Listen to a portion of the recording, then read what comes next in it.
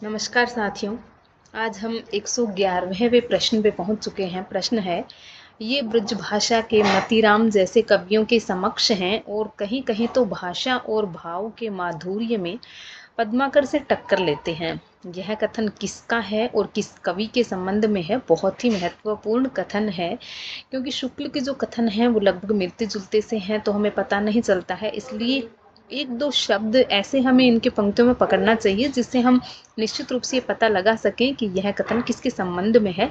यह शुक्ल का बैनी प्रवीण के संबंध में है। अगला प्रश्न, देव माने जाते हैं, 4 विकल्प हैं, इनमें से सही उत्तर है रसवादी आचार्य देव माने जाते हैं। अगला प्रश्न, बिहारी और उनके सतसई से संबंधित कौन सा कथन सही नहीं है? 4 विकल्पों में से पहला विकल्प है वो सही नहीं है। प्रकृति का आलंबन रूप में चित्रण उनकी बहुत बड़ी विशेषता है, यह सही नहीं है। अगला प्रश्न, इससे इस काल को रस के विचार से कोई श्रृंगार काल कहे तो कह सकता है। रीतिकाल के लिए यह कथन किसका है?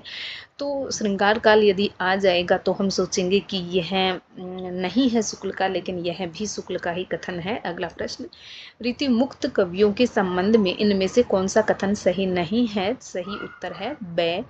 रीतिमुक्त कवियों ने प्राचीन काव्य परंपरा को बड़ी गहराई से ग्रहण किया है, यह रीतिमुक्त कवियों के संबंध में सही नहीं है। बाकी के 3 विकल्प हैं ये रीतिमुक्त कवियों की